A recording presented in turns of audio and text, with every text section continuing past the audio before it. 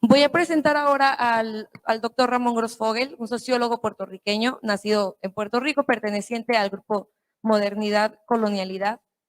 Se desempeña en la Universidad de Berkeley y su más reciente libro, se publicó este 2022 por ACAL, se titula De la sociología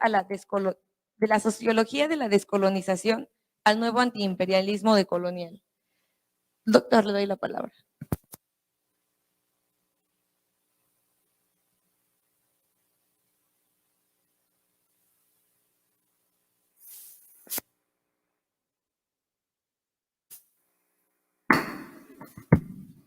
Bueno, muchas gracias al Instituto Nacional de Formación Política de Morena. Muchas gracias a Katia Colmenares por la organización de este evento. Hace quizás 30 años, el tema de la soberanía se veía no solamente por la derecha, estoy hablando ahora más que nada por la izquierda, como un tema superado, ¿no? Como un tema que no tenía gran importancia, que incluso se veía como algo reaccionario. O sea, como defender la soberanía, eso está obsoleto. Hoy día, con el capital globalizado, pues no hace falta volver a estos temas, hay que mirar otras estrategias. Y por ahí está el libro nefasto, y eso hay que decirlo ya así, de esa manera, de Hart y Negri, Imperio. ¿Ustedes se acuerdan de ese libro? No sé si se acuerdan. Eso fue un libro nefasto. Bien. Y Atilio Borón hizo un libro fantástico desmontando ese libro. Y en su momento Atilio Borón sonaba como un dinosaurio, ¿no? Yo me acuerdo los debates y la gente, mucha gente izquierda se burlaba de las críticas de Borón en aquel momento. Y el libro de Hart y Negri era como la nueva Biblia de la izquierda mundial. Entonces, eso influyó de manera nefasta, no solamente, o sea, en Europa, que fue muy influyente ese libro, sino también en toda América Latina y en el mundo en general. Y la tesis de este libro era que el imperialismo había desaparecido, o sea, que ya no estamos, que el imperialismo ya no existe, que pasamos a otra fase del capitalismo que ellos le llamaban imperio. E imperio, lo que ellos querían decir por eso era la disolución de los estados imperialistas en una especie de capitalismo financiarizado, globalizado, y la disolución y la obsolescencia de las demandas por soberanía de los pueblos.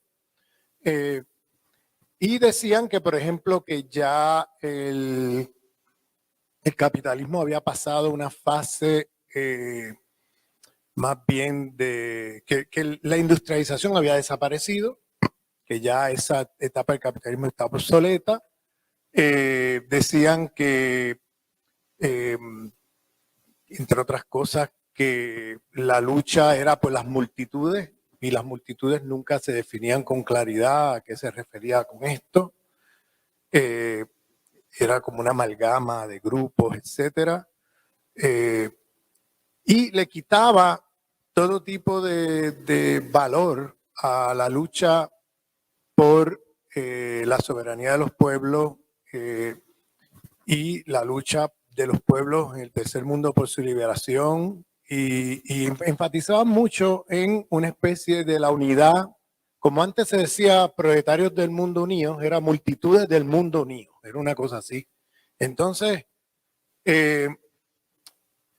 bueno, llamo la atención a esto porque en aquel momento ya era, vamos, la despedida de las luchas soberanas. O sea, era como adiós a la soberanía, ¿no? Era la... Y resulta que, y otra cosa que decían era que ya esa necesidad, esa estructura imperialista de ir detrás de recursos naturales y todo esto, que eso había también pasado a la obsolescencia, ¿no? El imperialismo que buscaba recursos naturales, porque estamos en una fase del capitalismo ahora que pasa por el capitalismo, capitalismo más bien de nuevas tecnologías, tipo informática y este tipo de cosas.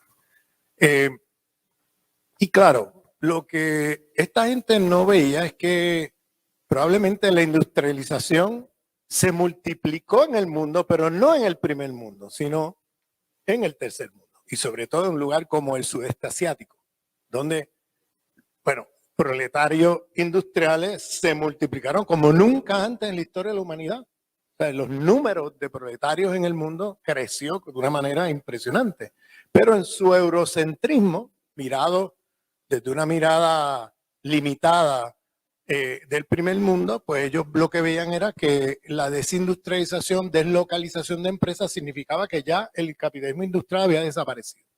Y resulta que no, que es que cerraron allí y abrieron en otras partes del mundo y se multiplicaron en otras partes del mundo. O sea, pongo este ejemplo porque realmente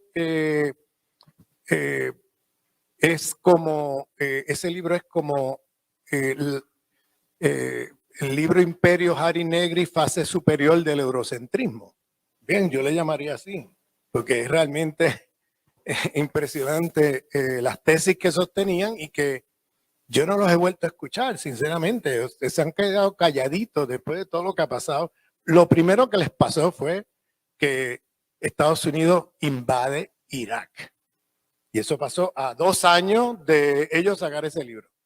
Y entonces la invasión de Irak iba en contra de las tesis de ese libro. Porque claro, iban detrás del petróleo, iban detrás de la destrucción de un Estado soberano que le contestaba el poder al imperio en esa zona del mundo. O sea, iba contra todas las tesis que ellos decían que estaban obsoletas.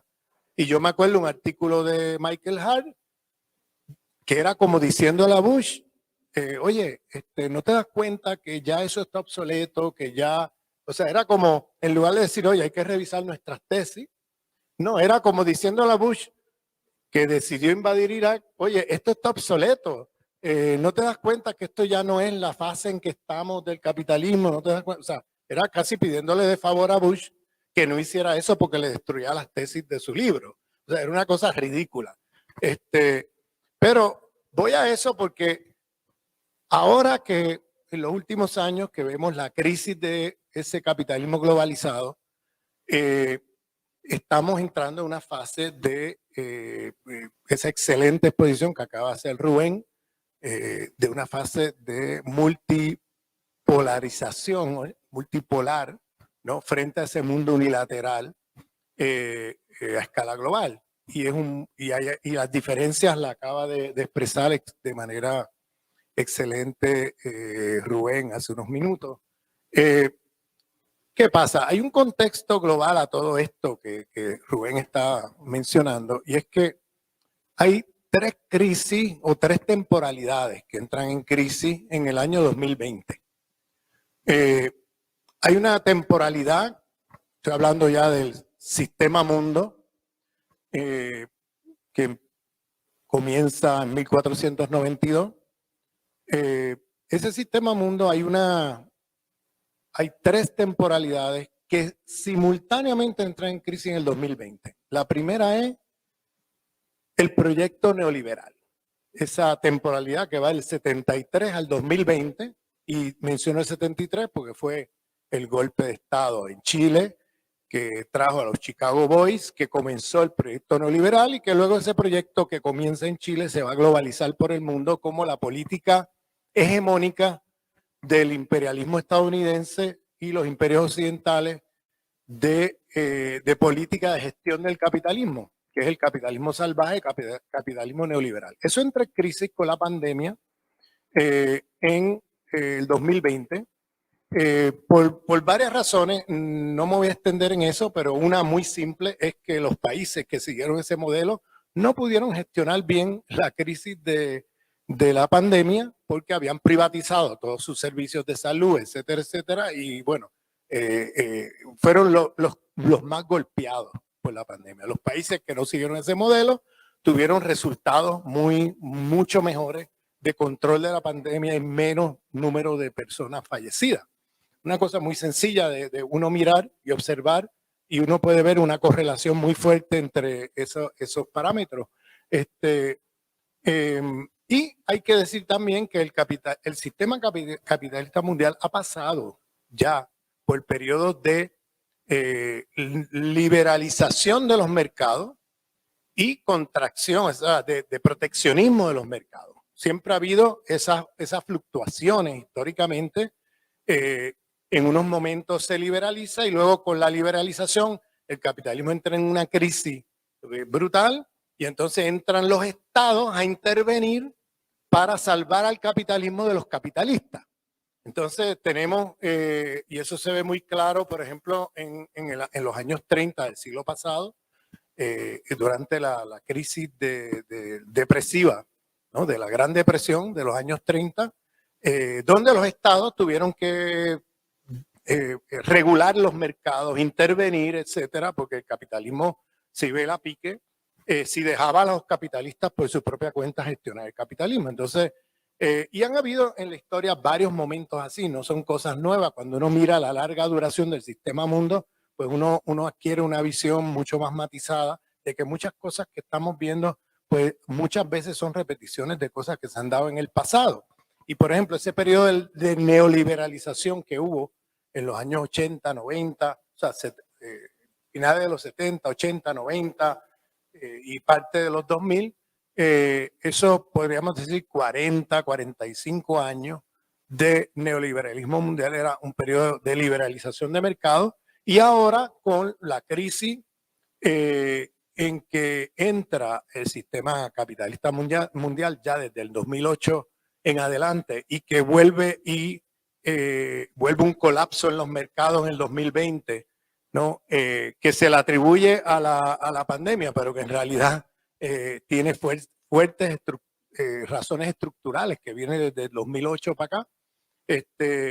El capitalismo entonces tiene que volver a acudir a los estados para salvar al capitalismo de los capitalistas y para salvar a los capitalistas mismos. ¿Bien? Si se recuerdan, la distribución de riqueza en Estados Unidos, en Europa, por ejemplo, de transferencia del fisco, de los que los contribuyentes pagan a los estados a el 1%, fue brutal. Por ejemplo, en Estados Unidos fueron 4 trillones de dólares lo que se transfirió a ese 1%. La hija de Trump agarró 50 millones, el yerno de Trump agarró 90 millones. O sea, simplemente para dar unos ejemplos, pero hicieron esto no solamente con individuos, sino con bancos, corporaciones, con medio mundo. Y por eso era que durante ese año, a pesar de que la economía estaba paralizada, los mercados estaban bollantes, porque a pesar de que había un colapso económico, pues cerraron las empresas, cerraron todo con el cierre de la pandemia, los mercados seguían bollantes porque estaban imprimiendo papel en Washington y distribuyendo al 1% y lanzándolo al mercado de valores y lo mantenían a flote. Luego del colapso que hubo en marzo del 2020, que hubo un colapso de los mercados mundiales brutal. Y entonces los recuperan así, pasándole, imprimiendo papel, porque eso no está sostenido en nada, eso está sostenido en humo, ¿no? El dólar no tiene sostén en el oro, como ya sabemos, es puro papel. Y entonces se transfiere todo eso.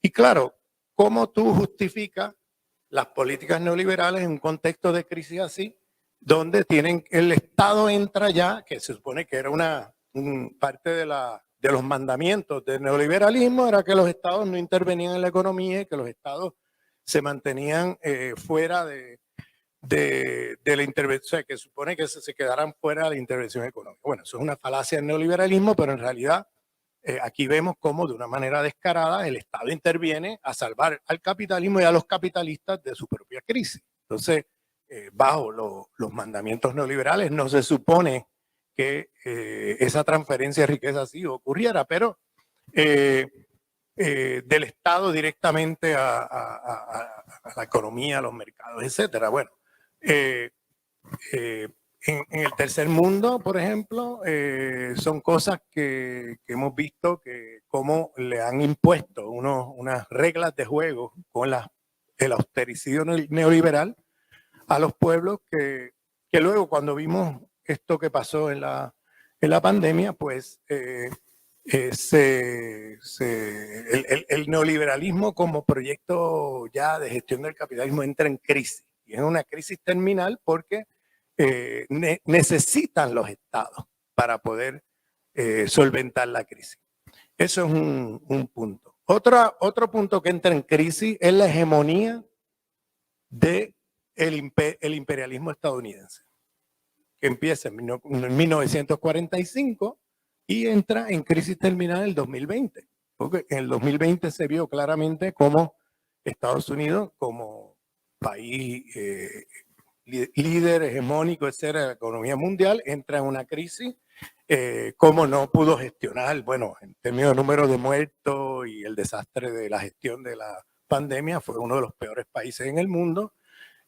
Vimos ahí la decadencia del imperio en su mayor expresión a los ojos del mundo, porque luego los vimos peleándose y robándose máquinas de oxígeno y mascarillas y de otros países y peleándose unos con otros los imperios occidentales.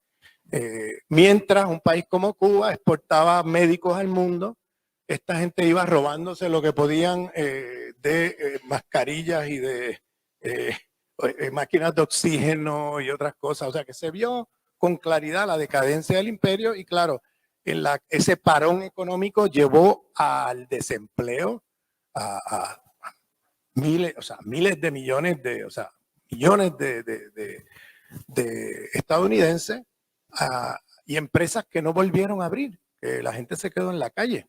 Entonces el desempleo en Estados Unidos se disparó de una manera impresionante y entonces Estados Unidos como potencia económica entra en una crisis y claro, se ve claramente como por ejemplo un país como China, no solamente en relación a la crisis mundial, se comportó con mucho mayor solidaridad hacia los pueblos que lo que hizo Estados Unidos, número uno, y número dos, China logró controlar eso muy rápidamente, y número tres, la economía china no se afectó como se afectaron las economías occidentales. Entonces, China se ve como la nueva potencia económica que en unos años ya se sabe que va a pasar a Estados Unidos de lejos en muchos aspectos. En términos tecnológicos, por ejemplo, se vio también cómo durante esa crisis de la pandemia China estaba mucho más adelantado tecnológicamente que Estados Unidos. En muchos sentidos le pasó a Estados Unidos en muchas áreas de la tecnología actual. Entonces, y luego tenemos otra crisis, que es la crisis civilizatoria, la crisis de 1492 a hoy, que es un sistema, una civilización de muerte que está destruyendo la vida planetaria, que quedó muy evidenciado allí, porque cuando vino el parón, de momento aparecieron aves, animales, peces, y que no se veían en años en muchos lugares del mundo, de momento, y entonces empieza a quedar evidente cómo este sistema pone en juego la vida a escala planetaria. Y estamos hablando de cómo el capital o la vida, ¿no? Cómo este sistema privilegia el capital sobre la vida. Y esto quedó también muy evidenciado ahí y se vio con claridad la crisis ecológica, la crisis civilizatoria. Entonces, estamos hablando de tres crisis. Yo le llamo terminar no porque terminen esta noche o que terminaron en el 2020, sino si lo miras como una gráfica en una campana así, ¿no? Una campana, estamos en la parte de abajo de decadencia de ese ciclo, ¿no? Entonces, por eso lo llamo crisis terminal, porque están en la decadencia, en la parte de abajo de la campana ya pasaron la parte de arriba, ¿no? El clímax está en la parte más de decadencia.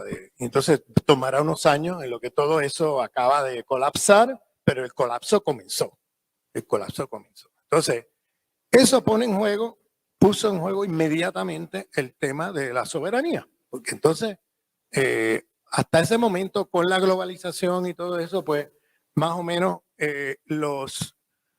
muchos países, por ejemplo, de Europa Occidental, Estados Unidos y otros países en el mundo seguían las políticas de las transferencias de capitales, etcétera. Pero de momento esa crisis llevó a una visión más proteccionista, ¿no? Que siempre ocurre en momentos donde el capitalismo entra en crisis, entran los estados a salvar a los capitalistas y al capitalismo, y entonces hay mayor proteccionismo de los estados, hay mayor defensa de soberanía ante el colapso, donde cada cual entonces cierra fronteras, intenta recuperar frente a la crisis, etcétera, y entran competencias de bloques de poder, que ha quedado muy evidenciado en los últimos años, de diferentes nuevos poderes emergentes, ¿no? Y cómo entonces se ve con mucha claridad cómo Estados Unidos, al quedarse rezagado de los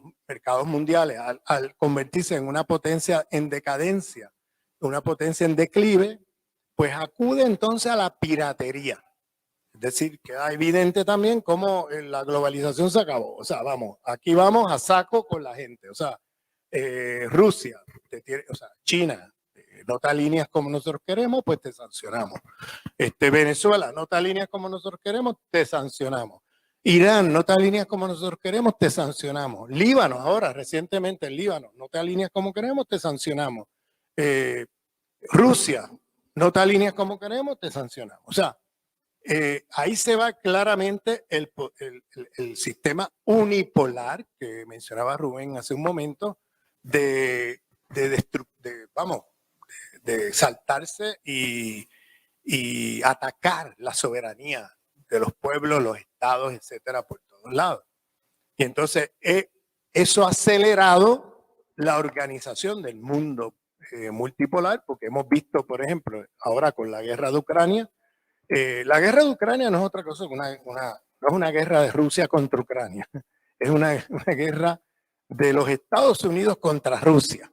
Bien, eso es lo que es, una guerra de los Estados Unidos contra Rusia. Yo siempre menciono este documento que se llama Extending Russia, extendiendo a Rusia, que es un documento que lo pueden ver online, que está en la corporación RAND Corporation, que es una corporación, un think tank del Pentágono y la CIA de los Estados Unidos, y eso lo colgaron allí en el 2019, pero esto es un plan que viene desde mucho antes, pero en el 2019 lo colgaron públicamente, está allí todavía.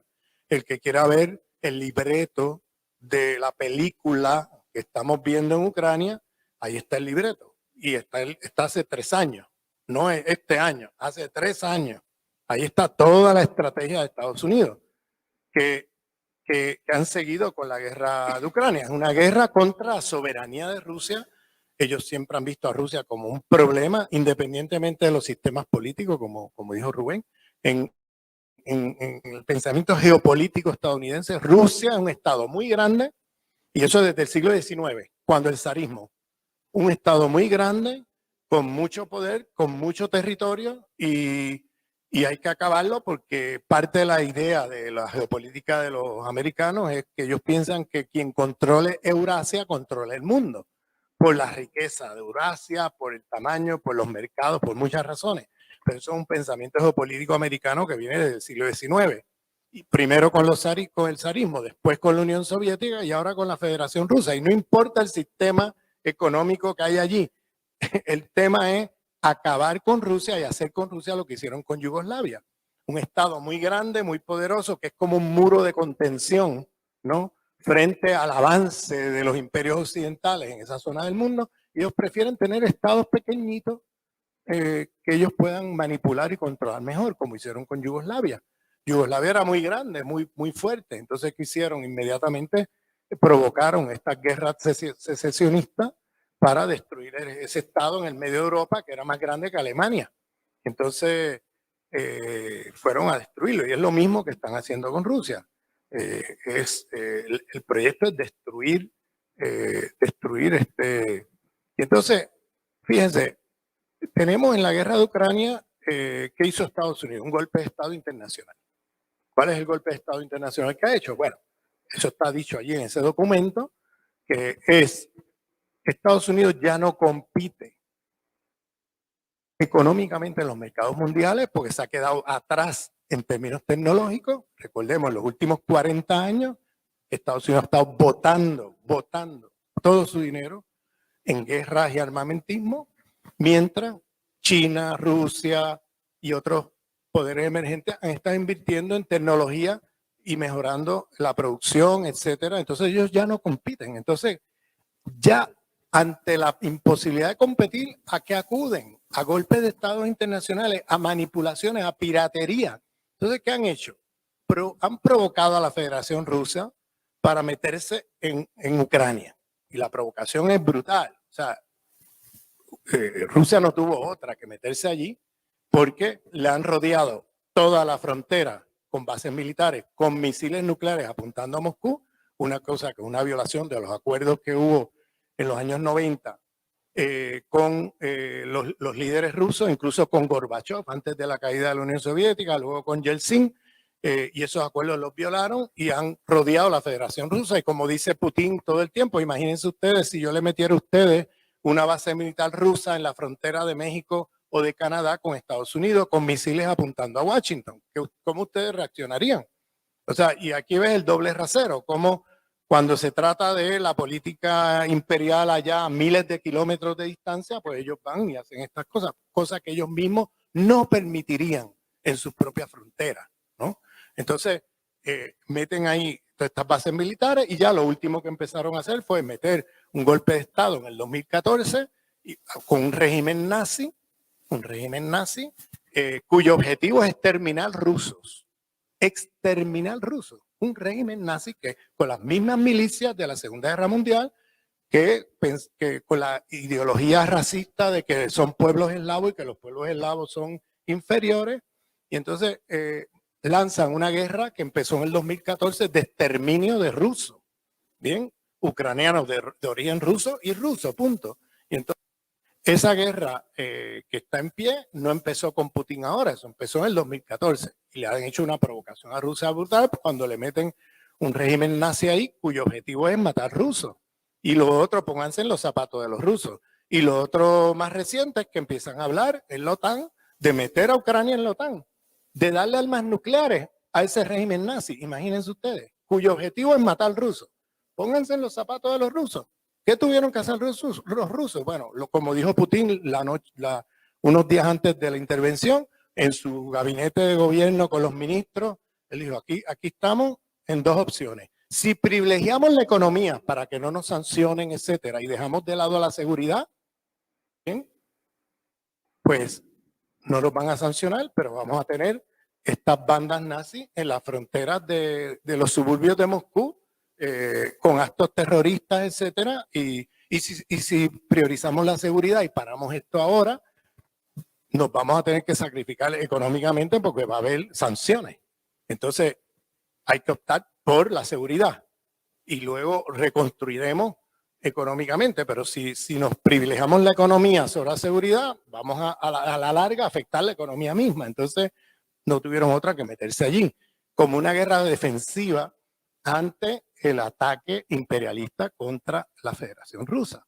Entonces, es una guerra defensiva porque el objetivo de Rusia nunca fue imperialista ni dominar. De hecho, Rusia ha dicho muchas veces que Ucrania se puede meter en la Unión Europea cuando quiera, que lo que no van a permitir es que se metan en la OTAN. Eso muestra, o sea, cuando un país imperialista va a permitir que el país que ellos quieren dominar económicamente, pues le dan carta libre para que comercien o hagan, relaciones comerciales fundamentales con el imperio de competencia, ¿no? Y ellos siempre lo han dicho públicamente, no hay problema con que... Pero la línea roja es el tema de seguridad, que no pueden entrar a la OTAN.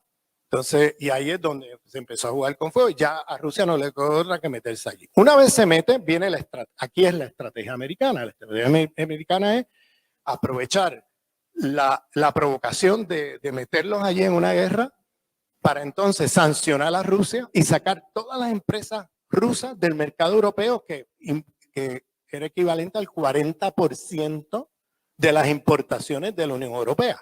Eso es una barbaridad en términos de miles de millones de euros. O sea, en aluminio, en trigo, en gas, en petróleo. Bueno, la lista es larga. ¿Y qué ha pasado? Las empresas americanas, entonces, recolonizar Europa. Es decir, volver a recuperar el mercado europeo. Sacar de allí las empresas rusas y de paso bloquear a China, porque la ruta de la seda venía por territorio de la Federación Rusa, y sacar a Europa de allí. Y entonces subordinar a Europa.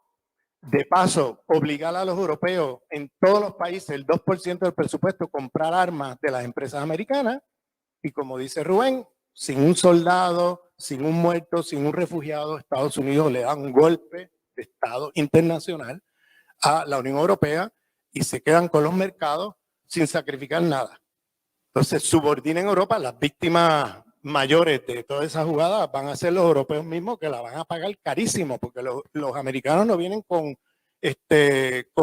empresas de caridad, vienen con oligopolios a cobrar a precios monopólicos todo lo que le venden a los europeos. Y la hiperinflación en Europa hoy es brutal. O sea, que los europeos, mientras dicen Putin, Putin, Putin, la puñalada en la espalda se la metió Biden y el imperio americano. Y los tienen con los fake news entretenidos, Putin, Putin, Putin, mientras tienen la puñalada por la espalda de los americanos. No se dieron cuenta del jaque mate. Esto es un jaque mate internacional, para hablar en términos ajedrecistas, del imperialismo yanqui. Y ahora la pregunta es, ¿para dónde van? Ahora que recuperaron Europa, ¿para dónde van? Pues van África. Cuidado, en África perdieron la guerra comercial con China. En Asia perdieron la guerra comercial con China. En el Medio Oriente perdieron las guerras. ¿Para dónde ustedes creen que va el imperialismo yanqui hoy para mantener su estatus de imperio en el mundo? Para América Latina. Y viene una nueva escalada para América Latina. Y tenemos que estar alertas ante esto, porque la escalada que viene va a ser fuerte, va a ser muy fuerte. Ellos no pueden permitir que se les vaya a América Latina con China. Si ustedes observan ahora mismo, un país como Chile, que tiene un estado, una especie de estado neocolonial con Estados Unidos. Bien, y eso no hay que ir a los detalles ni a la historia, eso está clarísimo, cómo es un país subordinadísimo a Estados Unidos desde el golpe de Pinochet para acá. Es la meca del neoliberalismo a escala mundial. Allí yo siempre digo, el día que se consiga la tecnología para vender oxígeno, Chile va a privatizar el oxígeno y te lo va a vender. Porque allí tienen hasta privatizadas las carreteras públicas. Usted no puede andar en su auto por la carretera sin pagar cada ciertos kilómetros el uso de la carretera. Bien, bueno. Chile, su socio comercial número 1 es China, no es Estados Unidos. Entonces, pónganse, vamos a mirar esto con detenimiento. China ahora mismo está desplazando como socio comercial número 1 en América Latina, desplazando a los americanos. Entonces, ¿ustedes creen que en los próximos años Estados Unidos va a quedarse observando esto pasivamente? No, miren lo que han hecho en otras partes del mundo para tener una idea de qué van a hacer aquí. Entonces, yo llamo la atención a esto porque ahora el llamado del presidente López Obrador de la unidad latinoamericana es más urgente que nunca antes. Es un momento ahora urgente de oportunidad para América Latina crear una unión latinoamericana hemisférica y prepararse para pararse de pie frente a lo que venga del imperio norteamericano, porque lo que va a venir va a ser fuerte. Si hemos visto cosas fuertes en la historia ya, ahora estamos hablando de un tigre herido de muerte. Un tigre herido de muerte es lo más peligroso que te vas a encontrar. Bien, entonces estamos en un momento muy peligroso, muy peligroso. Y el llamado de Andrés Manuel de hacer esta unión latinoamericana, de crear otro organismo fuera de la OEA, de crear un mercado común latinoamericano, etcétera. Este es el momento, no podemos dejar pasar ni 2 años, porque en 2 años, pónganse, miren el escenario. Imagínense ustedes, los americanos en los próximos 2 años van a estar pagando carísima la comida, carísimo la calefacción, están en un proceso hiperinflacionario. Entonces, imagínense aquí a 2, 3 años que venga el próximo presidente, luego de que los americanos estén sufriendo económicamente, y les diga, oiga, para resolver esto, tenemos que meternos en América Latina a controlar y a recuperar los pozos petroleros, el gas, todos los recursos allí a como dé lugar. Un líder tipo Trump o de ese calibre puede movilizar a millones de americanos a favor de una agresión. Bien, de una agresión que puede venir por guerra híbrida, que puede venir también hasta por intervención hasta militar. O sea, y por eso tenemos que estar en alerta porque estamos hablando de un tigre herido que va a tirar sus garras así desesperadamente para todos lados y que se juega su vida como imperio y su estatus imperial aquí en América Latina porque es lo último que les queda. Bien, entonces llamo la atención a eso porque ahora el tema de la soberanía regresa ahora con más fuerza que nunca porque tenemos que poner ahí una muralla frente a lo que viene y esa muralla se monta desde la soberanía y la soberanía tiene que ser popular. Tienen que ser los pueblos, no es solamente una soberanía estatal, es que tiene que haber una soberanía popular de los pueblos desde abajo, que se está construyendo en diferentes lugares de América Latina hoy y que es la única garantía de poder parar estas agresiones imperiales, porque siempre los estados siempre pueden ser atacados, debilitados, subordinados, arrodillados, pero los pueblos no. Si los pueblos se organizan y se autoorganizan, frente al desafío que tenemos por delante, pues eso es fundamental. Ahora, por arriba tiene que haber también la iniciativa de la Unión Latinoamericana entre los estados latinoamericanos para proteger a América Latina, porque en el mundo que viene multipolar, es un mundo donde van a haber diferentes regiones y bloques económicos y América Latina se tiene que unir para poder ir con fuerza a ese mundo, porque si vamos separados, si vamos divididos, a quien único va a beneficiar